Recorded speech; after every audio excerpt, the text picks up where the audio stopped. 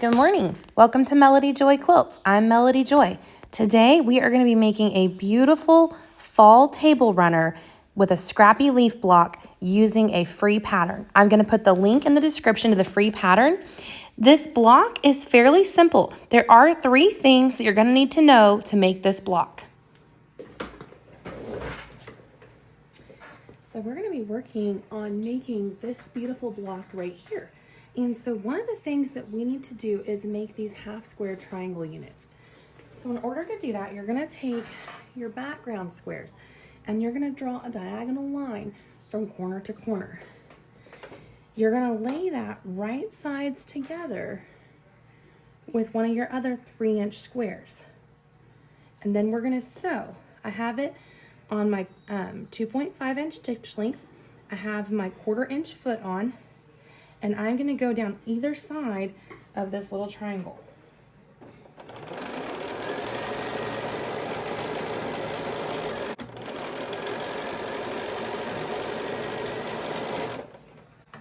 I'm just going to slip this underneath here. So now you should have something that looks like this. So the lines, it's sewn 1/4 inch away on either side of that line. I'm gonna just take my scissors here, and all I'm gonna do is cut these apart.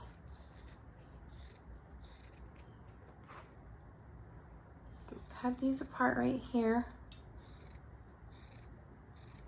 Okay, I'm gonna lay them with my print side facing up, and I'm going to iron them a little bit to set the seam. I'm gonna roll this part back and press it open to make, so this is called the 2 at a time half square triangle method. This is in a lot of different quilting patterns. Now, we're gonna trim this down to size. In this case, we're gonna trim these down to 2.5-inch squares. Now the pattern doesn't give you a lot of extra. This is already almost a 2.5-inch square. You're only gonna need to trim a little bit off. And you need 6 of these. So you're gonna do it 3 times. Each one's gonna give you 2 to make your 6 half square triangles that we need for our 1 leaf block. I have here this Omnigrid ruler, and I'm gonna find the 2.5-inch line, and there's a diagonal line. So what I'm gonna do with these little blocks, I'm gonna take one of these, lay it so the diagonal is going in the same direction. I'm gonna place this diagonal line directly on the diagonal line there. Boy, there's such a glare, huh? Because what I wanna be able to do is line this up on here and then go ahead and trim, and then I'm gonna turn the whole block around. And again, I'm gonna take this diagonal line and lay it on there.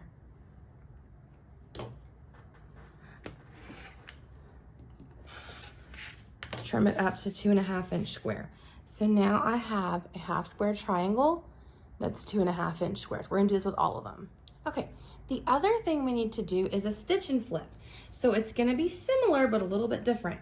So I'm gonna take these smaller squares and I'm gonna draw this smaller background squares and draw a diagonal line on the back from corner to corner. And I'm gonna refer to my pattern here, and it's gonna tell me which way we need to go. So on this one, it is going to go this way. And I gotta do it again on this side. Now with the stitch and flip, what's different than when you do the half square triangles, when you do your half square triangles, you are sewing a 1/4 inch away from your line. But when you do your stitch and flip, you're actually gonna sew directly on your line. So let me show you. The block is, it's these pieces here and these pieces here. That's what we're using the stitch and flip for. So with those half square triangles, we were sewing a 1/4 inch away from the line. But for this one, we're actually gonna sew right along that line. So I'm gonna get this underneath here. I'm gonna line it up so I have it right by my needle on the line, and I have the end of my line right here. And we're gonna sew directly on our line. And then I'm gonna do the same thing with this other piece. This is for the stitch and flip. right on the line.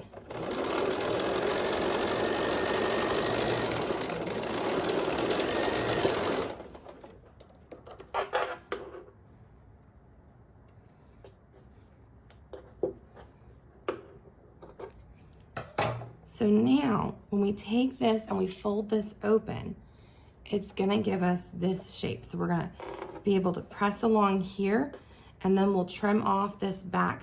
We'll trim off these back 2 layers back here. And it's gonna give us this shape.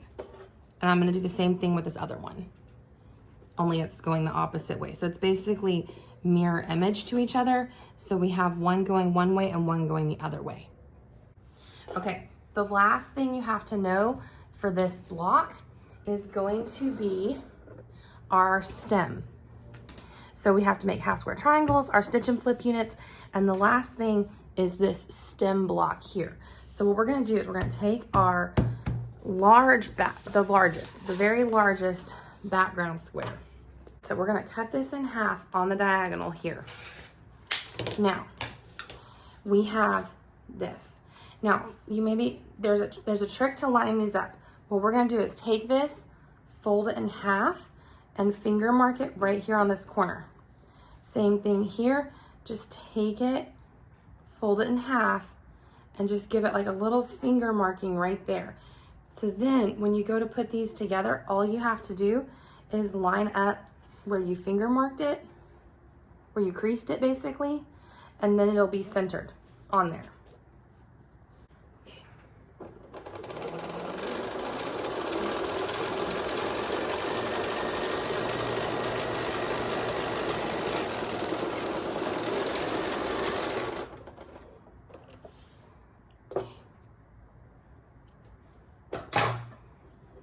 I'll just press this over. Okay. Same thing with this one. I will just fold this in half here to find my center.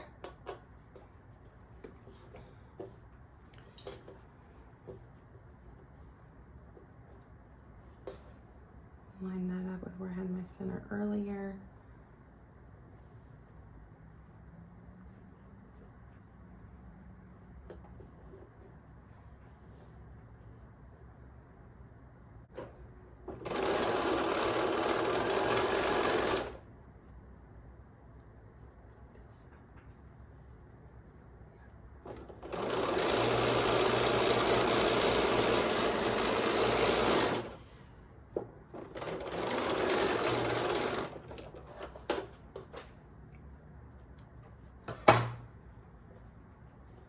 Okay, so we're gonna press this flat, but this is our stem block to 4.5 inch square.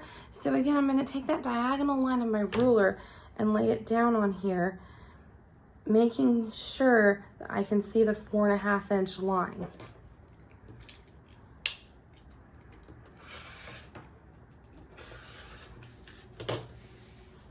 Turn the whole thing around. Now I'm gonna find my 4.5 inch line, lay it here on the edges.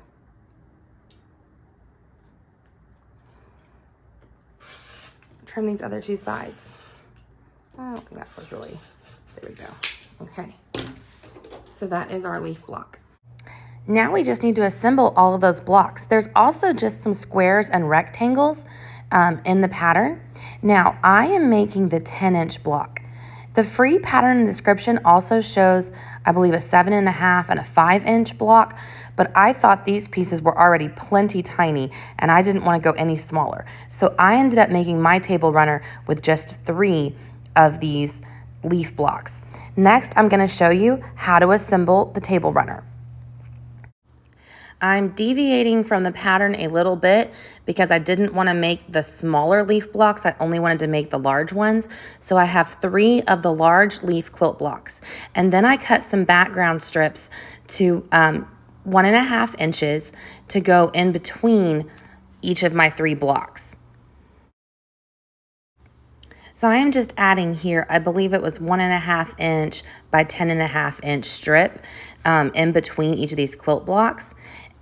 And then I'm sewing all 3 of them together in a row to be the basis of my table runner. You could make this as scrappy as you wanted to. I was mostly using some fall fat quarters, but I also used a few oranges, burnt orange colors from my scrap bins.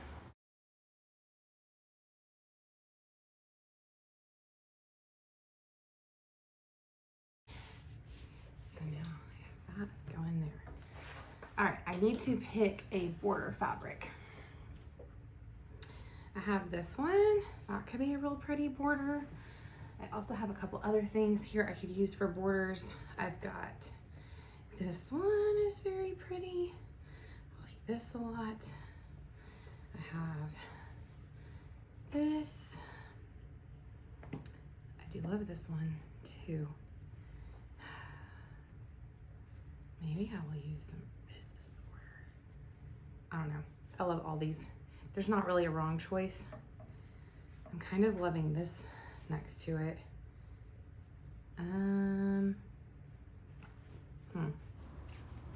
I've heard it said quilting is like working a puzzle with multiple correct answers.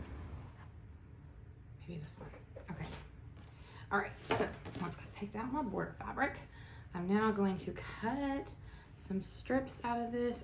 I'm working with a fat quarter here, so I have whatever I have and that's all I've got. So I am going to, I'm gonna cut some 2-inch strips.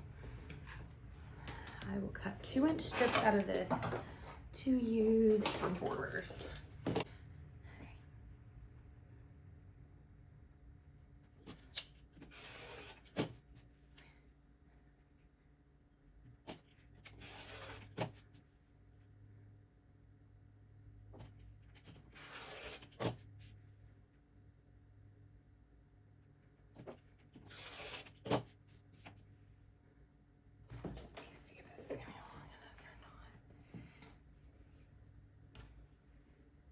Okay, that should be good.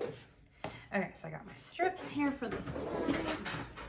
So I gotta join these together.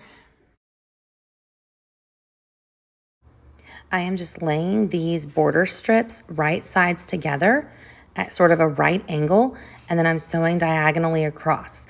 I've heard it said to think of it like a pair of pants and that you're sewing from hip to hip, and that kind of helps me keep it in mind of what I'm trying to do. This is the same method that I use if I was making binding strips for joining those strips together, but here I just want it to lay nice and flat in my border. I'm going to iron these seams open. A lot of times when I'm making quilt blocks, I will press it to one side or the other so seams will nest. But for these borders, I'm pressing them open so it'll lay nice and flat. Okay, let's see if I have enough length here. And we'll do another border on the other side. So all I'm gonna do here is lay this on here. Now, because this is so much longer, I do think that some pins or clips or something may be helpful to keep this from slipping around on me too much while I try to add this on. So I am just gonna set this here on the edge.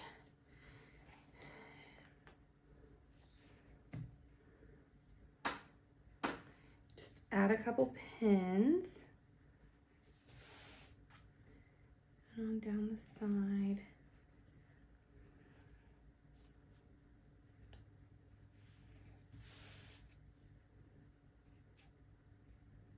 I get down towards the end, and then I just need to trim that a little bit there. We'll trim that up a little bit more once we're done. Okay.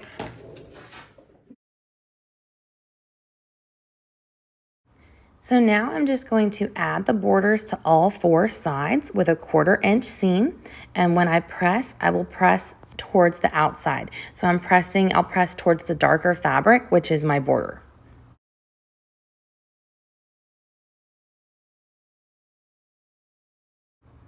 I don't always pin, but because this is about 3 feet long at this point, and I don't want to end up with really wavy borders, I did pin.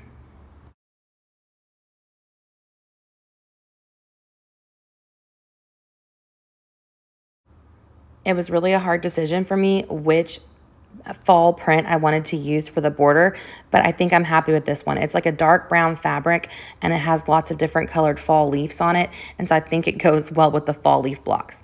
Okay, I'm just gonna repeat that process again on the other 3 sides.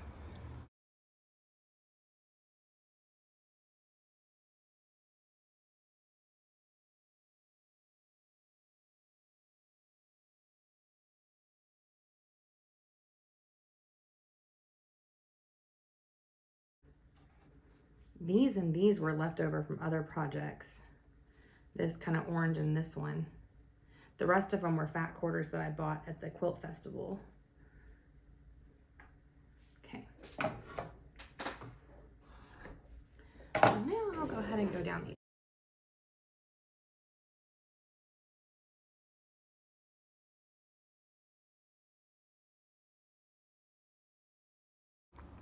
I'm just using my 1/4 inch foot and I'm just kind of taking a moment to realign. Even with the pins, sometimes things can slip on you, and I'm just pulling the pins out as I go and trying to just be as straight and even as I can be.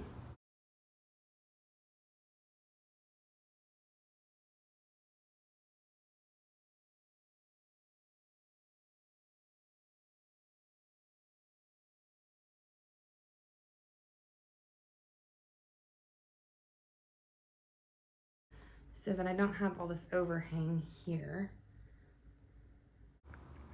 Before I add the side borders, I'm gonna take my large ruler and my rotary cutter, and I am just gonna make sure that those edges are as really nice and smooth and even. It'll just help it go on better.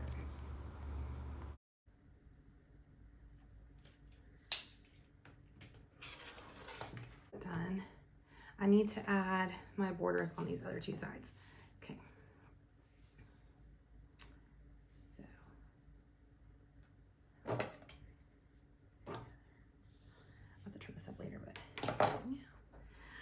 I don't know that I need to pin on this side because it's not as long, but I probably still will just pin a little.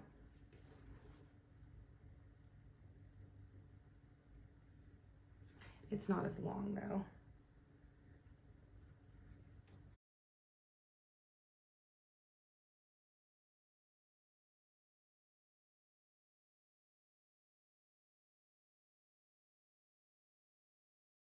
I think that's so pretty. Okay, one more side to go. I love all these fall prints. This border has all the fall leaves in it, and then these look like giant fall leaves, so I think I'm happy with my border choice. I had a lot of different fall prints. I mean, there was a lot of things that could have worked, but I'm happy with my choice for the border fabric here. Okay.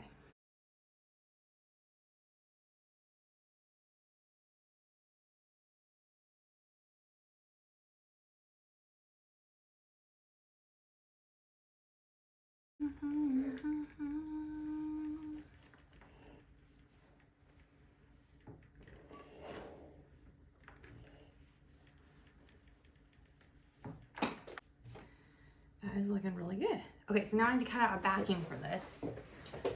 Let me see here. I have a fabric here that I have more of.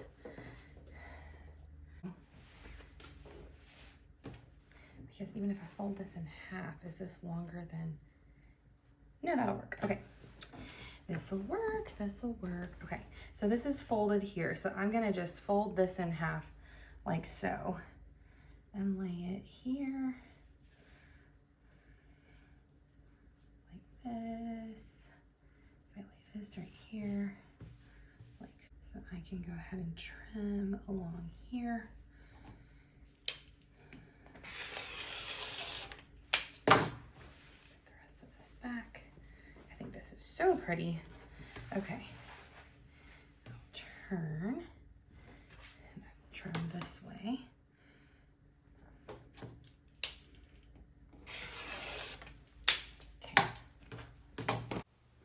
I have found this to be one of the easiest ways to cut large pieces of fabric to your desired size is to fold them in half and line your fabrics up fold to fold and then trim. And it just makes it easier because you're not trying to cut 36-inch strip. You're only trying to cut half that length. All of this laid on here on the fold. Trim here on the side.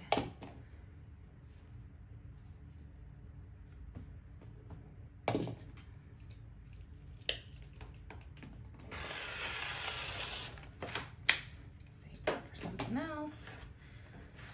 Turn this. Trim this up right here. Okay. So now everything should be roughly the same size. So what I'm going to do next is I am going to, if it's bothering you that I didn't iron my backing, trust me, as I watch this video back and I'm working on editing it, it's bothering me that I didn't iron it. So I apologize. I didn't iron it, but it is what it is. I'm going to use a method for making this table runner that does not involve binding. So I laid my quilt top for my table runner face up. Then I laid my backing fabric face down. And I'm just making sure that all my edges are lined up and I'm trimming off any ends that are sticking out. I'm just smoothing this out with my hands. I should have ironed, but I didn't. And now I'm gonna take my backing that I cut down to size and lay that on the wrong side of my backing. So it was the top of the table runner face up, the backing pretty side down, and then my batting. And so that's my sandwich that I'm making right now. Fix this a little tiny bit here. We're gonna trim this extra off here.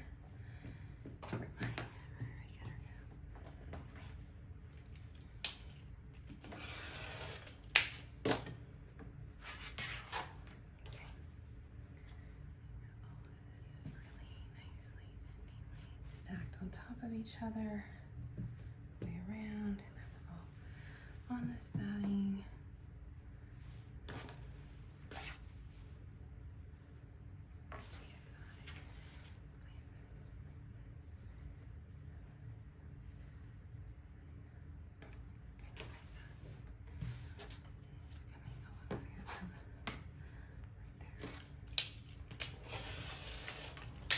Okay, so the next thing I did was put a lot of pins into this because I'm going to do a method where I do not have to use binding. And so I can't use any spray glue to base these layers together because I'm gonna have to turn this right side out later. So I can only use pins. That's pretty well pinned. Okay, I'm gonna switch to a walking foot. So I'm gonna come over to my machine. I want to take off this 1/4-inch foot and I want to put on the walking foot. It'll make it easier for me to get around all of these different layers. Get my walking foot on. Now I have to tell my machine that I put the walking foot on, which for me, this is the bringing the foot number 50s. I have to just tell my machine that. Now, we are going to have to turn this right side out. So I need to give myself a good sized hole to turn this out from. So this is how many inches? 1, 2, 3, 4, 5, 6, about 6.5 or 7 inches is what I'm gonna leave. I'm not gonna sew between here and here. I'm gonna start here and I'm gonna sew all the way around really good. I'm probably gonna go around possibly even twice just to really make sure I have this down, or at least just once. But I'm gonna start here. I'm not gonna sew this hole because later this is how we're gonna turn it right side out. It's basically gonna be self-binding because the dark border is gonna act like our binding. Okay, let's go. Okay.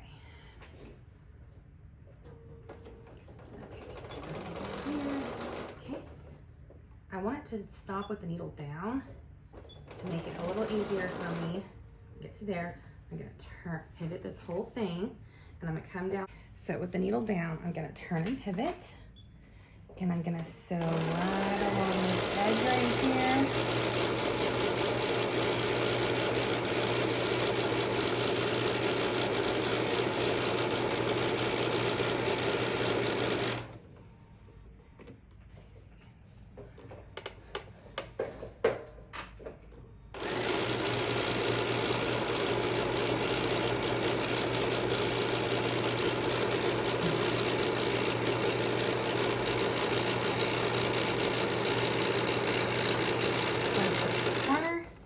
I get the corner, I'm gonna stop with the needle down, and I'm going to pivot this whole thing around.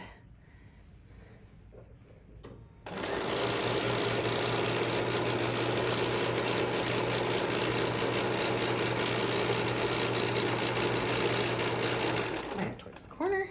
I went a little too far. I'm gonna back stitch. Back stitch again. There we go. Okay. Here we go.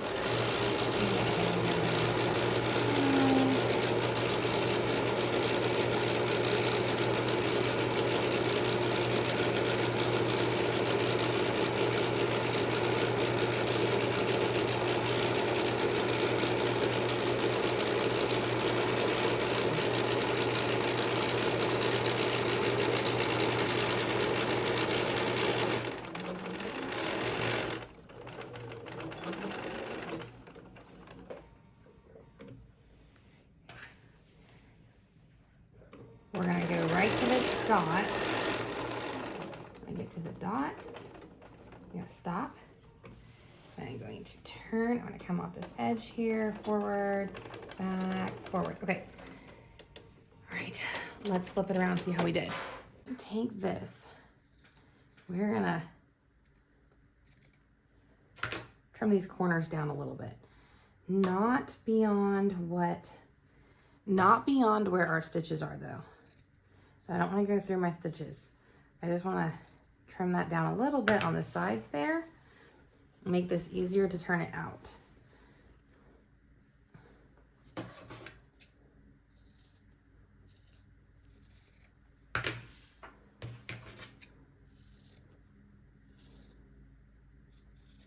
Okay. All right, so now we have to find our hole. So our hole is where those two blue dots were. So you want it, there's a batting layer, that there's the two sides of the fabric. I'm gonna reach my hand down in between the two layers of fabric, all the way till I get to one of these ends. I'm gonna gather those ends up, and we are gonna pull this through the hole. We're gonna turn this whole thing out through the hole. Now you could also have just quilted your 3 layers together and added binding, but if you don't wanna mess with binding, this is the no binding method.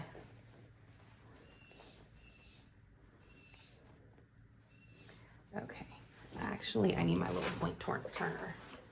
I do have this handy little gadget, which is called a point turner. So I can use this. You can use your finger first to try to help you get those corners, but you're not gonna be able to get all the way in there. But if you use this little tool, it can help you. And you don't have to have a point turner tool. You know, there's other things that you could potentially use. Don't use your scissors. Don't use anything sharp. But I'm just working on getting that turned out as nicely as I can on that corner. Same thing with this one. Gonna try to work on getting that corner out as much as possible. Now I gotta reach all the way down to the end here and work on turning these corners out. Okay, so I got that there. Now I gotta get in there with the little tool.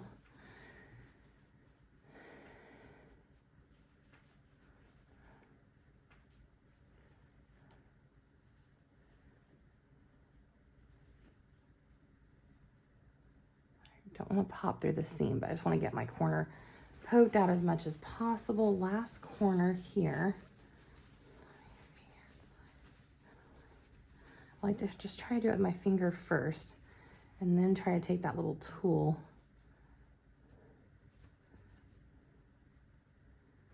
I can work it a little bit more. Okay, well, that's not looking too bad. Okay. So now we are gonna need to sew this hole shut. So what we're gonna have to do is kind of turn this in and turn it in from the other side so that we can sew this hole shut. So now, I need to kind of just pin this.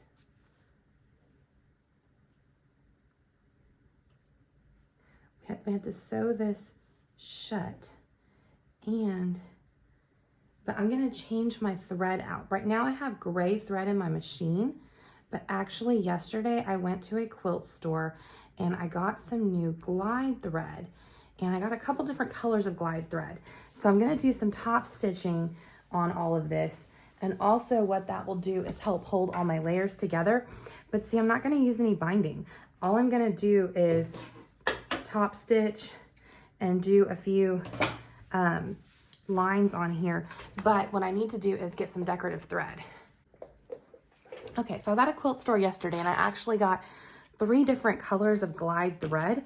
I really like the glide thread. This one is Cleopatra and it's gold. I'm kind of leaning towards this one. This I think could look really pretty on here. I also have mocha, which is this would blend really well with the background. This would stand out a little bit more. It's gold, the Cleopatra color. It almost looks metallic. This is beautiful. This may blend the best though. This one's the mocha because it's almost the same color that's in this background. And then I also have, does this one not have a pearl?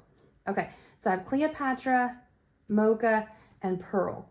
Pearl is more just an off-white creamy color, which is just a really good, can use on a lot of things. You know, I thought I was gonna do the Cleopatra, but actually I think I'm gonna do the mocha. I think that would look really pretty on here. So, all right, gotta get this loaded up. So I do think one thing that would be helpful before I start sewing all this down is actually going to be to iron this a little bit.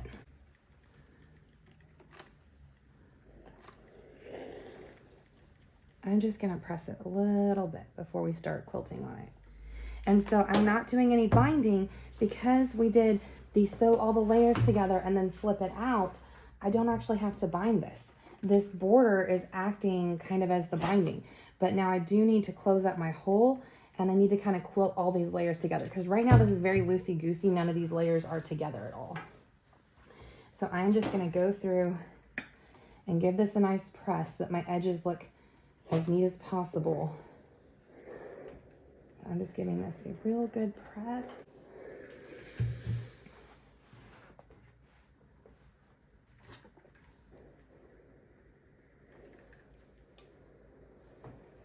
Okay, I do have the pins in over here because I gotta sew this edge shut where we turned it out. Okay. All right, now I'm gonna bring it over to the machine. I have put in that brown thread, the mocha thread.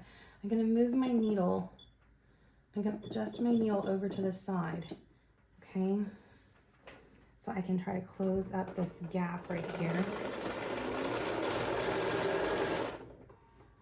I realize I have my pins on the opposite side. That probably wasn't like the smartest thing ever. And right along the edge here because I'm trying to close up my gap where we turned this inside out.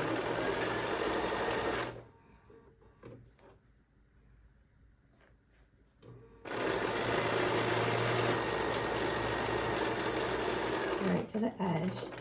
When I get to the edge, I'm gonna stop. I'm gonna pivot with the needle down. Okay, that looks pretty good. I need to trim off this little thread here.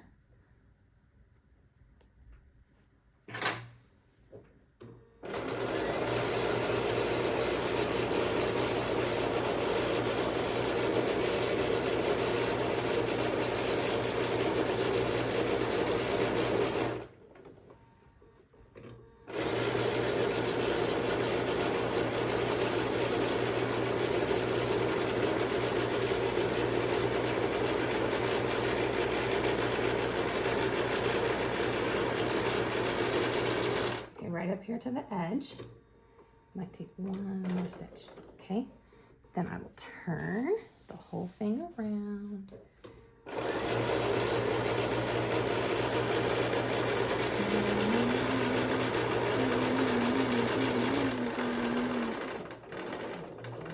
Okay, right to the edge, turn.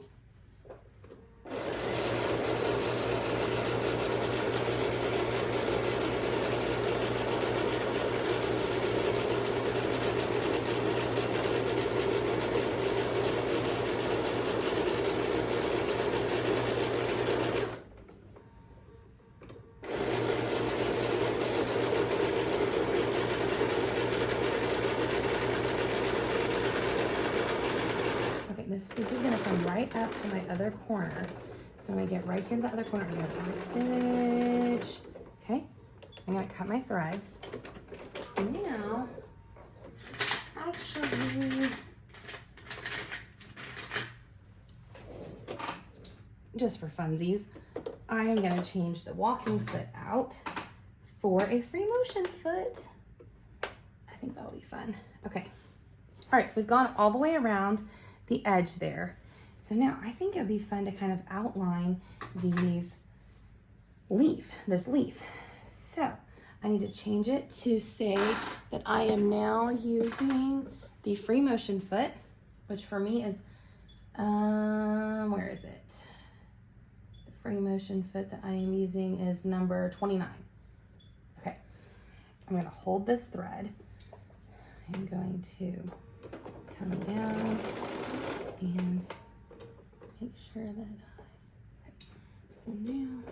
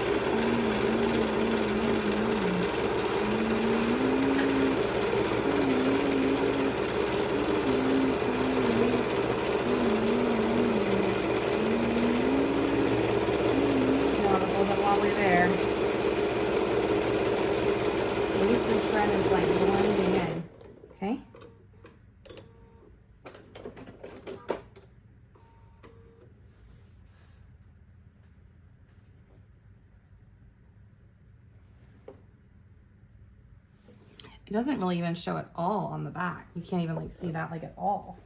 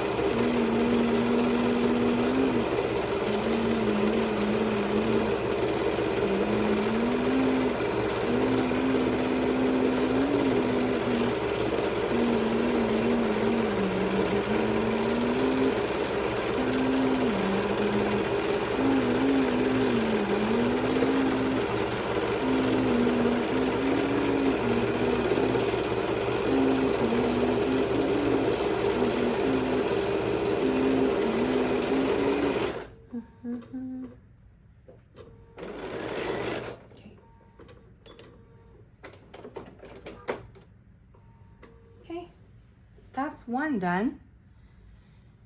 So I just kind of outlined it and then I kind of did a little free motion in the middle of it, but you know, it's your project. You can go as wild or as not wild as you want with it.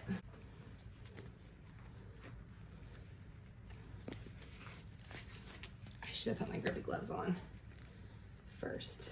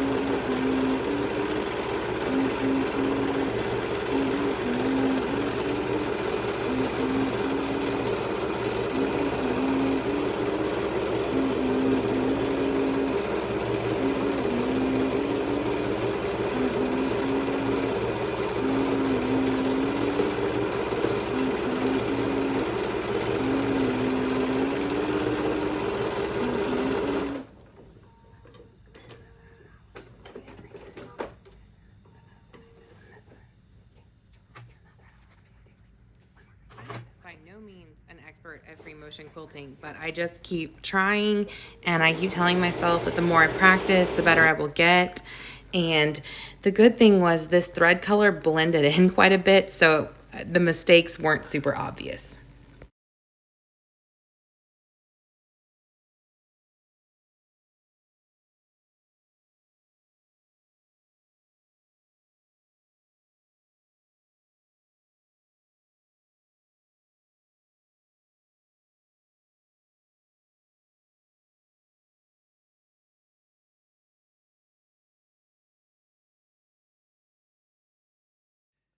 Another option would be to just do free motion loops all over the whole quilt runner. I was choosing just to kind of work around the leaf themselves, or to put a walking foot on and just do some type of like a grid. Okay. Now the last thing that I want to do is go back around here and get a nice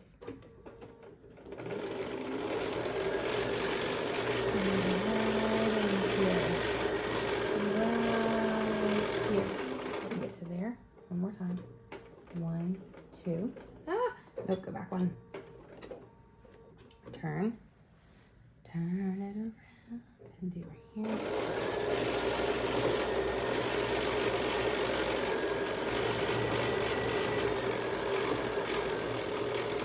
To there.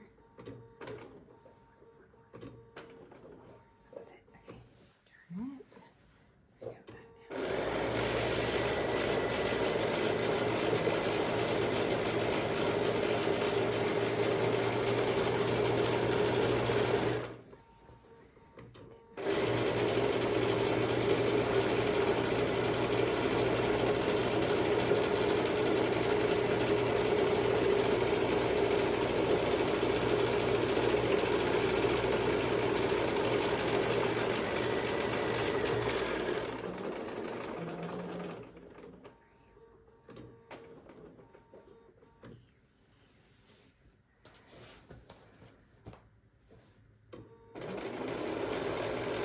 You could just use your walking foot on the whole thing. I just thought it'd be fun to add a little free motion.